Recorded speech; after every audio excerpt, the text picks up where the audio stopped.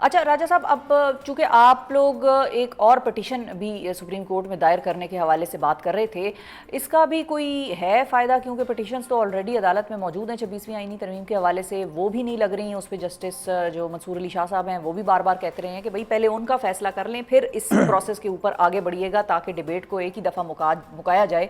अब वो भी नहीं लग रही और उनको क्लब किया जाए या कर दिया गया है। देखिए, दरवाज़ा तो बहरहाल जी दरवाज़ा बहरहाल खटखटाना होता है, ज़मीर को बहरहाल झंझोड़ना होता है, चाहे वो कितना ही मुर्दा क्यों ना हो। तो ठीक है, ये मुस्तफ़ा नवाज़ खोखर साहब की एक ज़ाती काविश है, वो कर रहे हैं। आज उन्होंने बताया मुझे कि वो एक पिटीशन दायर करने वाले हैं, तो ठीक है, हम में से हर एक को हक़ हासिल है कि वो आइन और कानून की बात करे और अदालत का दरवाज़ा खटखटाए। ठीक है। और फाइनली ये बताइए सर कि सितंबर में जलसे के हवाले से या पीटीआई की तहरीक के हवाले से क्या प्लान है पीटीआई का? देखिए, तहरीक ये एक चलता हुआ अमल है। तहरीक कोई एक ट्रक का नाम नहीं है, ट्रक के साथ एक जत्थे का नाम नहीं है। ये एक मुसलसल अमल है। हम हर रोज़ कौम के सामने पेश होते हैं। सैलाब ज़दगान के पास हम गए हैं, वहाँ हमने देखा है किस तरह एक बेहिस हुकूमत, एक बेहिस मसनूई निज़ाम उनके साथ मामला कर रहा है। लोग अपने मवेशी लेकर सड़कों पे पड़े हैं, वहाँ चारा नहीं है, लोग बेआसरा हैं। तो ये पूरी एक तारीख़ी अमल है, पूरा एक ये चल रहा है। जो हमने सितंबर में करना है वो एक बड़ा जलसा है जो खान साहब की हिदायत थी। अब हम देखेंगे सैलाब की सूरत हाल क्या है। ये सूरत हाल बदलती है, क्लाउड बर्स्ट नया आ जाता है। तो सितंबर के किसी हफ्ते में हम ये करेंगे और इंशाअल्लाह एक ये शहर जमहूरियत होगा जो हम आबाद करेंगे। पूरे पाकिस्तान से, हर खित्ते से हम लोगों को दावत देंगे कि वो आएँ और जो उनकी वाबस्तगी है जमहूरियत के साथ, शराफत के साथ, इस वक्त सबसे बड़ा हमला तो शराफत पर है। जिस तरह चादर चार दीवारी को पामाल किया गया है, जिस तरह झूठे केस बनाए गए हैं, जिस तरह की सज़ाएं दी जा रही हैं, तो ये एक ताना है, मैं समझता हूँ, जो पूरी कौम को दे दिया गया है। तो कौम ने इसका जवाब देना है, बड़े पुरअमन तरीके से आकर बैठना है, पुरवकार तरीके से, और अपने वजूद का, अपने होने का, अपनी वाबस्तगी का इजहार करना है। ठीक है, बिल्कुल ठीक है। और अच्छा, और क्विकली ये भी बताइए सलमान साहब के हुकूमत अगर आप लोगों के इस्तीफे एक्सेप्ट नहीं करती पीटीआई की कमेटियों के, तो फिर पीटीआई क्या करेगी? ये कुछ इससे फ़र्क नहीं पड़ेगा। ये फ़ैसला हतमी है, ये हो चुका है। हमारे जो अरकान हैं वो इन कमेटियों में नहीं बैठेंगे। थैंक यू बैरिस्टर साहब, बहुत शुक्रिया अदा करेंगे। सलमान अकरम राजा साहब नाजरीन हमारे साथ मौजूद थे और उन्होंने ये कहा कि इमरान खान साहब की तबीयत बिल्कुल ठीक है, छोटे मोटे इश्यूज़ चलते रहते हैं, लेकिन वो रूटीन की बात होती है, उस पर कोई ऐसी चीज़ नहीं है कि वो पाकिस्तान से बाहर चले गए, या ये जो है मनगढ़ंत कहानियाँ होती हैं और एक पर्पज़ के लिए, ख़ास मकसद के लिए ये घड़ी जाती हैं। ये बात सलमान साहब ने की। साथ ही इन्होंने 26वीं आईनी तरमीम के हवाले से जो पटिशन दायर करने का मुस्तफ़ा नवाज़ खोखर साहब का ऐलान था उसका भी खैर मकदम किया। उन्होंने कहा, उन्होंने मुझे बताया और वो बेशक करें, हम दरवाजे खटखटाते रहेंगे।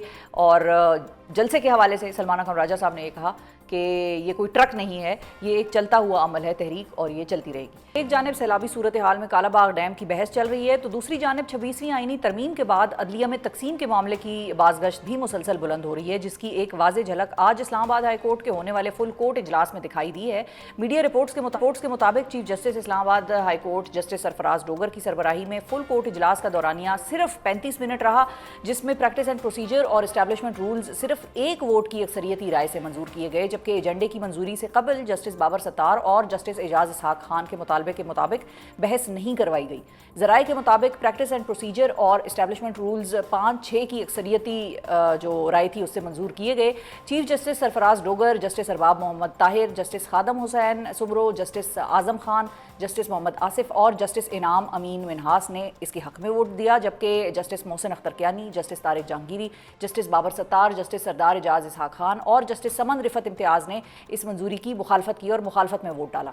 अदलिया में 26वीं आईनी तरमीम की मंजूरी के बाद क्या वाकई तकसीम गहरी हो गई है, और पाकिस्तान तहरीक इंसाफ की जो कमेटियों से इस्तीफ़ों का मामला है उस पर अब नून लीग की हतमी पोजीशन क्या है, इस हवाले से गुफ्तगू करने के लिए हमारे साथ मौजूद हैं वज़ीर मुमलिकत बराए कानून व इंसाफ बैरिस्टर अकील मलिक साहब। अस्सलाम वालेकुम जी।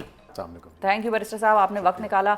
सबसे पहले तो ये बताइए कि आज की जो ताज़ा तरीन सूरत हाल थी, प्रैक्टिस एंड प्रोसीजर्स एक्ट का जो सारा रूल था, एस्टैब्लिशमेंट रूल्स वगैरह थे, वो 5-6 की जो एक बिल्कुल ही एक छोटा सा फ़र्क था उससे ये मंजूर हुआ है। आप लोगों को भी लग रहा है कि ये तकसीम है जो नज़र आ रही है और बड़ा ओपन इसका इजहार हो रहा है, जजेस ख़त लिख रहे हैं دوسری طرف جو ہے وہ یہ کہتے ہیں کہ بھئی ہمیں پریزنٹیشن نہیں دی گئی، جو کہ عمومی طور پر ہوتا ہے کہ رولز وغیرہ کی پریزنٹیشن دی جاتی ہے، پھر اس کے بعد اجلاس ہوتا ہے، اس کے بعد بیٹھ کر ہم پھر فیصلہ کرتے ہیں.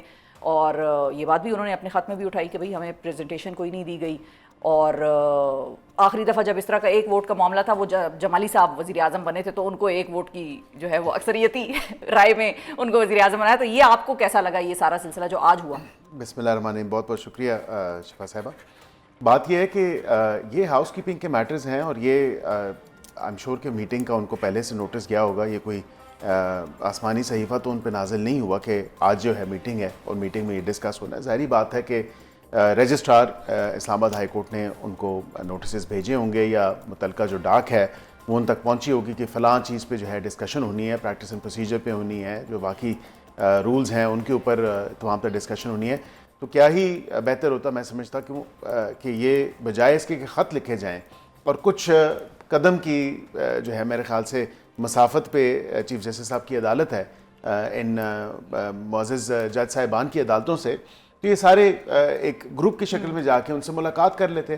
اب لیکن یہ بھی ہو سکتا ہے کہ انہوں نے خط اس لیے لکھا ہو کہ ان کے پاس کوئی اور آپشن نہ ہو. نہیں، آپشنز تو موجود ہیں. یہ تو نہیں ہے کہ اس ہائی کورٹ کا چیف جسٹس جو ان کا چیف جسٹس ہے وہ ان کی بات نہیں سنے گا، یا کوئی 5-6 ججز جو ہائی کورٹ کے ہیں قابل احترام ہیں. یہ بالکل معزز جج صاحبان جا سکتے تھے، اور چیف جسٹس سے کئی ججز کی ملاقات ہوتی ہیں، ایڈمن کمیٹیز میں ہوتی ہیں، ادروائز بھی وہ جا کے مل سکتے تھے کہ جی کل آپ نے میٹنگ کال کی، اس سے پہلے ہمیں اگر اس کی پریزنٹیشن دے دی جائے تو زیادہ مناسب ہوتا. اس میں ڈسکشن نہیں ہوئی. یہ بات تو ہے، یہ بات سامنے آ رہی ہے کہ ڈسکشن نہیں ہوئی، اور کوئی کسی بحث کے بغیر جو ہے وہ اتفاق رائے سے جو 4 نکات تھے پہلے، جو 4 ایجنڈا پوائنٹس تھے، وہ اتفاق رائے سے ہوئے. اس پہ کسی کو کوئی پرابلم نہیں تھا. جی یہی میڈیا رپورٹ کر رہا ہے کہ ظاہری بات ہے میں وہاں پہ تو موجود نہیں تھا. تو اس کے بعد جو دیگر پروسیجر ہے، کوئی غالباً 2-1 پوائنٹس پہ کوئی اختلاف تھا، لیکن وہ بائی ووٹنگ آف میجورٹی میرے خیال سے وہ ڈیسائیڈ ہوا ہے کہ جس چیز کو انہوں نے پاس کیا. کیونکہ جن ججز نے اینٹی میں ووٹ ڈالا ان کا اصل میں گلہ ہی یہ تھا، وہ کہتے ہیں کہ چیف جسٹس صاحب نے اس پہ بحث نہیں کرائی اور صرف 35 منٹ کے اندر وہ اجلاس جو تھا وہ بلا کر ختم ہو گیا.